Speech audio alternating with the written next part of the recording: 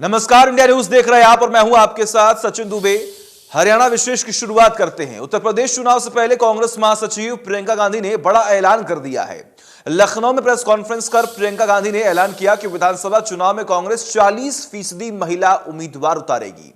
प्रियंका ने कहा कि इसके लिए हमने आवेदन पत्र मांगे हुए हैं। अगले महीने की 15 तारीख तक आवेदन खुला रहेगा। प्रियंका ने कहा कि मेरा बस चलता तो मैं 50% टिकट दे देती। उत्तर प्रदेश में आरक्षण बढ़ेगा तो देश भी बढ़ेगा। उन्होंने कहा कि कांग्रेस का नारा है, लड़की हूं, लड़ सकती हूं। उत्तर प्रदेश की हर एक महिला के लिए है जो बदलाव चाहती है, जो न्याय चाहती है, जो एकता चाहती है, जो चाहती है कि आगे बढ़े उसका प्रदेश। मैं आप सबसे कहना चाहती हूँ, आप समाज सेविका हैं, आप अध्यापक हैं, आप एक नौजवान महिला हैं जो आप अपना भविष्य बनाना चाहती हैं, आप प्रेस में हैं। अगर आप बदलाव चाहती हैं तो इंतजार मत करिए। आपकी सुरक्षा कोई नहीं करने वाला। सब बातें करते हैं, सुरक्षा करने का जब समय आता है तो सुरक्षा उनकी होती है जो आपको कुचलते हैं। हमने आवेदन पत्र मांगे हुए हैं हर विधानसभा के लिए। ये अगले महीने की 15 तारीख तक खुला रहेगा।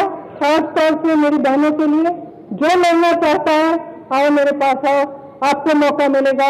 हम इस देश की राजनीति, इस प्रदेश की राजनीति बदलेंगे। मैं उत्तर प्रदेश की हर एक महिला। प्रदेश के राज्यपाल बंडारू दत्तात्रेय ने शिक्षाविदों से कौशल विकास पर बल देने का आह्वान किया। उन्होंने विश्वास जताया कि जिस भी युवा के पास कौशल और निपुणता हो उसके पास रोजगार के भरपूर अवसर रहेंगे। उन्होंने ये बात जिला रेवाड़ी में इंदिरा गांधी विश्वविद्यालय में आजादी के अमृत महोत्सव के दौरान कही। शिक्षकों और छात्रों को संबोधित करते हुए राज्यपाल ने कहा कि शिक्षा का उद्देश्य नौकरी हासिल करना नहीं, बल्कि अपने कौशल से नए आइडिया पर काम करते हुए क्षेत्र और देश के विकास में योगदान देना चाहिए। उन्होंने कहा कि पीएम नरेंद्र मोदी ने इसी उद्देश्य को लेकर startup India, make in India और स्किल इंडिया जैसे कार्यक्रम शुरू किए और हरियाणा सरकार ने भी नई शिक्षा नीति को लेकर सराहनीय कार्य किए हैं।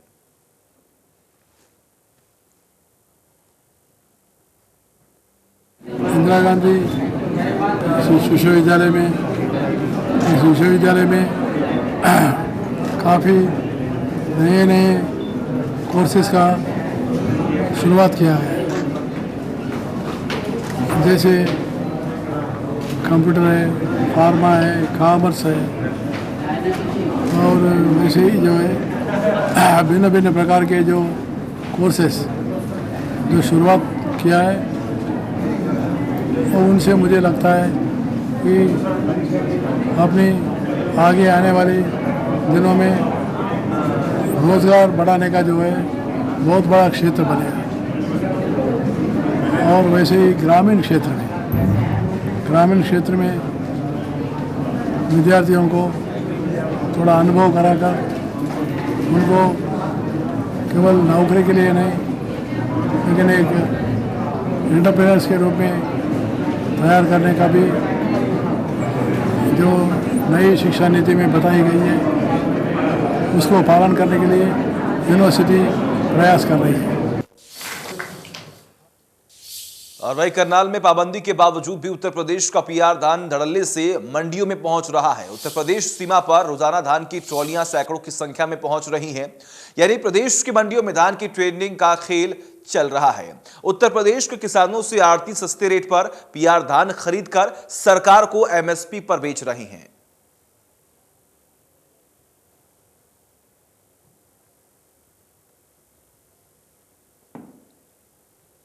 राइवल की क्या स्थिति है मंडी में? मंडी जो है, हमने राइवल जो हमारी थी काफ़ी ज़्यादा मंडी में आ रही थी पिछले कुछ दिनों से, तो मंडी एसोसिएशन और हमने मिलकर 2 दिन का मंडी केवल लिफ्टिंग के लिए खोल ली थी, और जो भारी अराइवल थी फार्मर्स की उसके लिए 2 दिन के लिए सेल परचेज पर रोक लगाई थी। आज मंडी में सुबह काफ़ी स्पेस उपलब्ध था। किसान सुबह से आ रहे हैं, अपनी फसल को उतार कर आसानी से मंडी से बाहर निकल पा रहे हैं। किसी तरह का कोई गलट नहीं है और कोई दिक्कत नहीं आ रही है। लिफ्टिंग भी ठीक हो रही है। ये संज्ञान में मेरे था मामला। इस बारे में हमने जो गेटों पर हमारे कर्मचारी नियुक्त किए गए हैं उनको स्पेशल हिदायत जारी की गई है। कोई भी किसान यदि बाहर से यूपी नंबर का कोई गाड़ी या कोई यूपी से आ रही है तो जब तक सरकार यूपी अलाउ नहीं करती तब तक मंडी में उनकी एंट्री ना की जाए। इस प्रकार की 25-30 ट्रैली आज हमने मंडी से बाहर निकाली है तो सरकार जब यूपी के लिए पोर्टल खोलेगी तब ही उनकी जीरी खरीदी जाएगी, उससे पहले नहीं खरीदी जाएगी। तो हरियाणा के जो दूसरे जिलों से किसान आ रहे हैं उनको लेकर क्या एक्शन? उनके लिए मैं आपको बताऊं, हमारा जो करनाल डिस्ट्रिक्ट है, इसके जो नियर बाय हमारे जो डिस्ट्रिक्ट हैं, उन मंडी में व्यवस्था बनाने के लिए हम उनकी जीरी यहाँ पर परमिशन दे रहे हैं उनको आने के लिए। लेकिन जो दूर दराज के क्षेत्र है, कैथल है, जींद है, पलवल है और दूर के, तो हमारा उन किसानों से यही अनुरोध है, भाई आप अपने आसपास की मंडियों में ही बेचो। हमारी मंडी में जो है ना, ये आने से गलत हो जाता है और हमारे लोकल फार्मर को परेशानी का सामना करना पड़ता है। और वही प्रदेश में डीएपी खाद नहीं मिलने से किसान परेशान हैं। चरखी दादरी में दूसरे दिन भी अनाज मंडी में खाद नहीं मिलने पर किसानों के सब्र का बांध टूट गया। किसानों ने अनाज मंडी के गेट पर ताला जड़ दिया। कई गांव के किसान वही धरने पर बैठ गए और जोरदार प्रदर्शन भी किया। किसानों का यह कहना है कि सरसों की बिजाई का समय निकले जा रहा है, बावजूद उसके उनको खाद नहीं मिल रहे हैं। चरखी दादरी में पिछले एक हफ्ते से किसानों को खाद की किल्लत का सामना करना पड़ रहा है। तो फतेहाबाद में इफ्को केंद्र पर खाद के लिए किसानों की लंबी लाइनें देखने को मिली हैं। खाद नहीं मिलने पर किसानों में काफी नाराजगी दिखी है। किसानों का यह कहना है कि खाद नहीं मिलने से उनका समय खराब हो रहा है और फसलों की बिजाई पर भी असर पड़ रहा है। डीएपी को लेकर स्थानीय केंद्र पर चल रहे टोकन सिस्टम में पहली बारी को लेकर किसानों में मारामारी भी थी। किसानों ने बताया कि बहुत से किसानों से पहले ही अपनी पर्ची कटवा ली गई थी, लेकिन जिनके पास पर्ची नहीं है, दोनों ही तरह के किसानों को कोई खाद नहीं मिल रही है।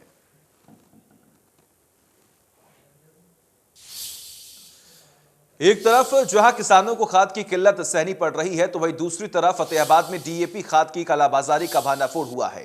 कैंटर में लाद कर खाद को हरियाणा से राजस्थान ले जाया जा रहा था। फतेहाबाद पुलिस ने डीएपी खाद के 100 बैग बरामद किए, जिसके बाद कृषि विभाग ने आवश्यक वस्तु अधिनियम के तहत मामला दर्ज कर लिया है और मामले में कार्रवाई शुरू कर दी है।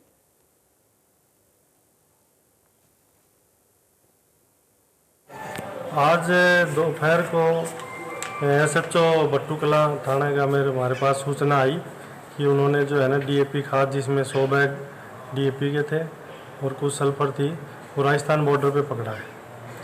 तो उसके बाद जब हम थाने में आके तफ्तीश करी तो ये मिला कि इसके पास ड्राइवर, जो कि गाड़ी का मालिक भी है टाटा 407 का, उसके पास न तो कोई बिल था और न ही वो जो है ना कोई राजस्थान ने ले जाने का या किस काम के लिए उसने कहा मैं अपने घर ले जा रहा हूँ इसको, गांव में, और अपने इस्तेमाल के लिए इसको लेके जा रहा हूँ। तो ये जो है एसेंशियल कमोडिटी एक्ट के तहत और फर्टिलाइज़र मूवमेंट कंट्रोल ऑर्डर के तहत सेक्शन और एक्ट लगा के हमने एसएचओ साहब को अभी एप्लीकेशन दी है कि इस पर एफआईआर दर्ज करवाई जाए, क्योंकि ये सब्सिडाइज आइटम है जो कि सिर्फ हरियाणा के लिए है। पेट्रोल के दाम बढ़ने के बाद अब सब्जी के दाम भी आसमान छू रहे हैं। प्याज और टमाटर के दाम में तो 50% तक का उछाल देखा जा रहा है। पेट्रोल के बाद अब सब्जियों के दाम आसमान छू रहे हैं। जिस तरीके से टमाटर और प्याज के दामों में 50% तक की बढ़ोतरी हो गई, तो इन सब चीज़ों पे चर्चा करने के लिए आज हम गुरुग्राम की सब्जी मंडी पहुंचे हैं, जहां शॉप ओनर से भी बात करेंगे और जो ग्राहक यहाँ हैं उनसे भी बात करेंगे। सबसे पहले जिस तरीके से टमाटर की मैं बात करूँ 80 रुपये किलो आज मार्केट में, और प्याज की मैं जिस तरीके से बात करूँ 50 से 60 रुपये किलो मार्केट में वो बिक रही है। लेकिन इससे पहले 40 रुपये किलो टमाटर और 20 रुपये किलो प्याज बिकती थी। बरसात की वजह से महंगाई हो रही है।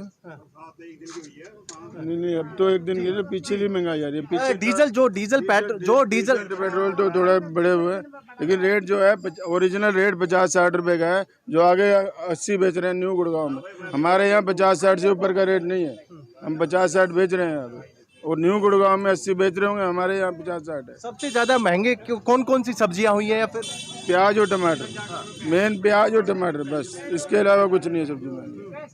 आपने सुना कि जो एक तो बारिश का कारण और ऊपर से जिस तरीके से डीजल और पेट्रोल के जो दाम बढ़े हैं, जिसके बाद ट्रांसपोर्ट महंगा हुआ और जो सब्जियों के दाम है वो बढ़ते जा रहे हैं। सर नाम बता दीजिए। रमेश शर्मा। शर्मा जी, क्या देखते हैं, सब्जियों के दाम भी बढ़ रहे हैं, पहले डीजल पेट्रोल के दाम, अब सब्जियों के दाम? साहब इसमें ये मोदी साहब ने तो बिल्कुल ही हाथ खड़े कर रखे हैं।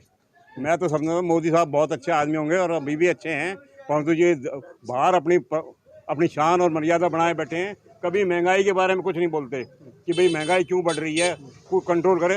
अरे तुम जो पेट्रोल डीजल बढ़ा रहे हो, तुम अपना एसजीटी और जीएसटी हटाओ। पेपर में ला देते, जीएसटी ला रहे हैं पेट्रोल को, और लाने का विचार नहीं है इनका। महंगाई काफी हद तक बढ़ी, बहुत ज़्यादा बढ़ गई है। कमर तोड़ दी। हाँ, तो आपने देखा जो लोग हैं काफी परेशान नजर आ रहे हैं। एक तरफ डीजल और पेट्रोल के भाव और दूसरी तरफ घरेलू जो गैस सिलेंडर है उसके दाम, और तीसरी तरफ की मैं बात करूं जिस तरीके से सब्जियों के दाम बढ़ते जा रहे हैं, तो ऐसे में कहीं ना कहीं जो एक आम व्यक्ति है उसके जीवन पे काफी असर पड़ रहा है। अब देखना यह होगा कि सरकार कब तक इन चीजों पे लगाम लगाएगी। गुरुग्राम से संजय राठौर। और वही सोनीपत की अलग अलग वार्ड में गंदा पानी सप्लाई होने और समय पर पानी नहीं पहुंचने के चलते पार्षदों ने लोगों के साथ मिलकर नगर निगम कार्यालय के मुख्य गेट पर ताला जड़ दिया। पार्षदों का आरोप है कि 10 महीनों से घरों में पानी की समस्या को लेकर कई बार शिकायत दी जा चुकी है। हालात ये हैं कि घरों में पीने के पानी के साथ सीवरेज का गंदा पानी सप्लाई होता है, जिसके चलते बच्चे बुजुर्ग बीमार पड़ रहे हैं। इसके अलावा कुछ इलाके ऐसे भी हैं जहां पीने के पानी की सप्लाई 7 दिनों से ज्यादा समय से बाधित पड़ी है।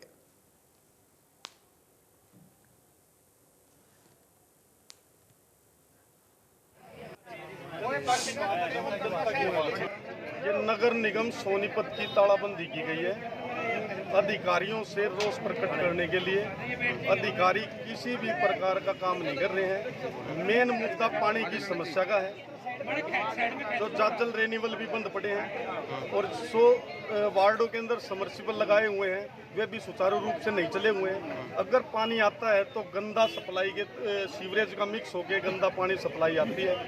4 दिन से पानी नहीं आ रखा, पिछली बार भी शिकायत की, जब भी कोई सुनवाई नहीं पानी नहीं आ रहा है। अब 5 दिन ही हो गए और 3 भी नहीं पाछा हो गए थे और पानी नहीं आ रहा। जो चौंतरे दौर थोड़ा बहुत पानी आवा है, यो गंदा पानी आवा है। हमारे बिल्कुल मोहल्ले में दर्जिया वाली गली में पानी नहीं चल रहा है। बिल्कुल ऐसा पानी की है जी, बिल्कुल पानी नहीं आ रहा। हमारे वहाँ बहुत गंदा पानी है, सीवर का पानी है, बिल्कुल टाइम पे बिल्कुल नहीं आ रहा कभी भी। अब तो बहुत परेशान हो रहे हैं हम, बिल्कुल पानी नहीं आ रहा। हमने नहाने का ना 5 दिन से तो बिल्कुल नहीं आ रहा।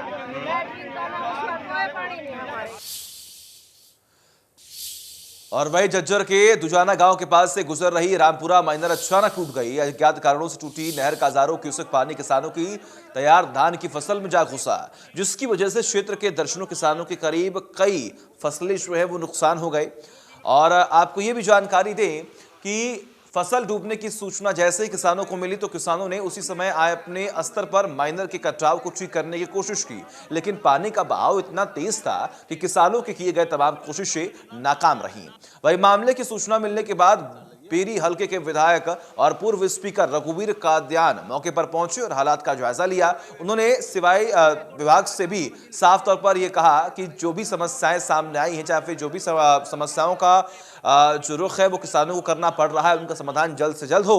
किसानों और विधायक ने सरकार से बर्बाद हुई फसल की गिरदावरी कराकर जल्द से जल्द मुआवजा दिए जाने की मांग की है।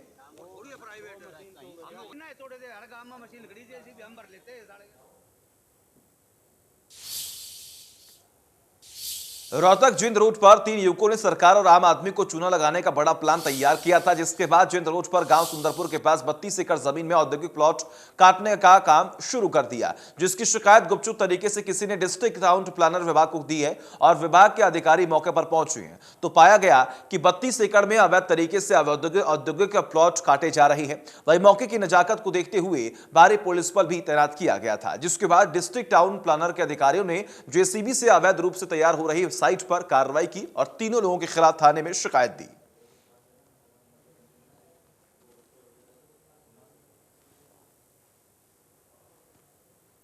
तो पता चला ये अवैध कॉलोनी कट रही है, जिसके हमने जरूरी नोटिस सारे कागज हमने पूरे कर चुके हैं।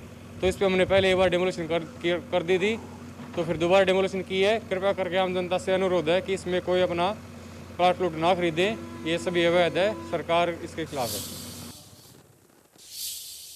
और वही साइबर सिटी गुरुग्राम में सपनों के आशियाने के नाम पर अगर आप किसी बिल्डर के प्रोजेक्ट पर निवेश कर रहे हैं तो जरा सावधान, कहीं ऐसा ना हो कि आप अपनी जीवन भर की पूंजी बिल्डर के प्रोजेक्ट पर लगा दें और बाद में आपको सिर्फ अधिकारियों के चक्कर लगाने को मिले। दरअसल गुरुग्राम में ब्रह्मा डेवलपर और कृष्ण रियलटेक के निवेशकों से फर्जीवाड़े का मामला सामने आया। सेक्टर 60, 61, 62, 63 और 65 में ब्रह्मा डेवलपर की ओर से ब्रह्मा सिटी के नाम से सोसाइटी बनाई जा रही है। सेक्टर 62 में ब्रह्मा डेवलपर ने कृष्ण रियलटेक के साथ मिलकर लोगों को प्लॉट बेचे थे, जहां कृष्ण वर्ल्ड बनाया जाना है। निवेशकों का आरोप है कि उन्होंने 2010 में ब्रह्मा बिल्डर और कृष्ण रियलटेक के प्रोजेक्ट में निवेश किया था, लेकिन अभी तक उन्हें उनके प्लॉट नहीं मिले, जिसके लिए वो अधिकारियों के चक्कर काट रहे हैं। और हाल ही में कृष रियलटेक बिल्डर की ओर से निवेशकों को ईमेल भेजकर यह कहा गया कि अब उन्हें उनके प्लॉट की बजाय बिल्डर फ्लोर में सिर्फ एक फ्लैट दिया जाएगा, जिसको लेकर तमाम निवेशकों और बिल्डर के खिलाफ मोर्चा खोलने की तैयारी में है। शुरू से उनके मन में शुरू से ही थोड़ा सा चीटिंग का और ये था, और कुछ लोगों को प्लॉट ऐसे भी बेच दिए उन्होंने जिसका कि प्लॉट नंबर दिए ही नहीं गए उन लोगों को। कम से कम 30-40 लोग ऐसे भी घूम रहे हैं जिनको प्लॉट नंबर नहीं दिए गए। हम लोगों को प्लॉट नंबर दे दिए उन्होंने, लेकिन हम लोग 2-3 साल से डायरेक्टर टाउन प्लानिंग के यहाँ या यहाँ पे जो डिस्ट्रिक्ट टाउन प्लानर के यहाँ चक्कर लगा रहे हैं। चीफ मिनिस्टर को भी कंप्लेंट भेजी और अलग अलग अथॉरिटीज़ को हमने भेजी, लेकिन कोई ज़्यादा सुनवाई हुई नहीं उनमें। हम लोगों को 28 तारीख को जो मेल भेजा उसमें ये इन्होंने लिखा हुआ था कि हम इसको अपना कोई प्री पैकेज नाम की कोई चीज़ है, हम उसमें इसको लेके जा रहे हैं प्री पैकेज में। उसमें ये लोग क्या करना चाह रहे हैं कि दीनदयाल के छोटे छोटे फ्लोर्स बना के सबको दे देंगे, और ये सबके प्लॉट खाना चाह रहा है अमित खटियाल कृषि रियल टेक से। तो लोगों ने तो अपने प्लॉट लिए थे ब्रह्मा सिटी का नाम देख के। अब ये कृषि रियल टेक में इन्होंने हमसे लिए पैसे सबसे, और सबके करीब करीब 80 से 90% पैसा इसमें जा चुका है। नाउ वो ये चाह रहा है कि सबके प्लॉट खा जाऊं और सबको एक एक छोटा छोटा फ्लोर उनको थमा दूं। और वही भारत में जल्द ही कोरोना टीके की 100 करोड़ डोज पूरी होने वाली है। केंद्रीय स्वास्थ्य मंत्रालय के मुताबिक देश में 99 करोड़ से ज्यादा वैक्सीन डोज दी जा चुकी है और अगले 1-2 दिन में 100 करोड़ वैक्सीन डोज लग जाएंगी। इसके लिए देश में पर्याप्त वैक्सीन डोज है और हर महीने वैक्सीन की संख्या बढ़ती जा रही है। और कोरोना क्या कुछ अपडेट है। जनवरी में 37,59,000 वैक्सीन जो है वो उपलब्ध थे। फरवरी में 1 करोड़ 5 लाख वैक्सीन डोज लगाए गए हैं। मार्च में 5 करोड़ 8 लाख वैक्सीन लगाई गई हैं। इसके अलावा आपको जानकारी दी कि अप्रैल में 8 करोड़ 98 लाख वैक्सीन डोज जो हैं वो लगे हैं। मई में 6 करोड़ 1 लाख वैक्सीन डोज लगाए गए। जून में 11 करोड़ 97 लाख वैक्सीन डोज लगाए गए। जुलाई में 13 करोड़ 45 लाख वैक्सीन डोज जो हैं वो लगाए गए और अगस्त में 18 करोड़ 38 लाख वैक्सीन डोज लगाए गए और ऐसी संख्या लगातार बढ़ती चली गई है। सितंबर में 23 करोड़ 6 लाख वैक्सीन डोज दी गई हैं। अक्टूबर में 28 करोड़ वैक्सीन डोज उपलब्ध होने की संभावना है। तो ऐसे ही लगातार एक हर महीने जो है वो डोजेस बढ़े हैं। कुरुक्षेत्र में जब लगातार तमाम तस्वीरें हमने आपको दिखाई और इस बीच में यहाँ पर इस विशेष कार्यक्रम में बस इतना ही। देखते रहिए इंडिया न्यूज़। नमस्कार।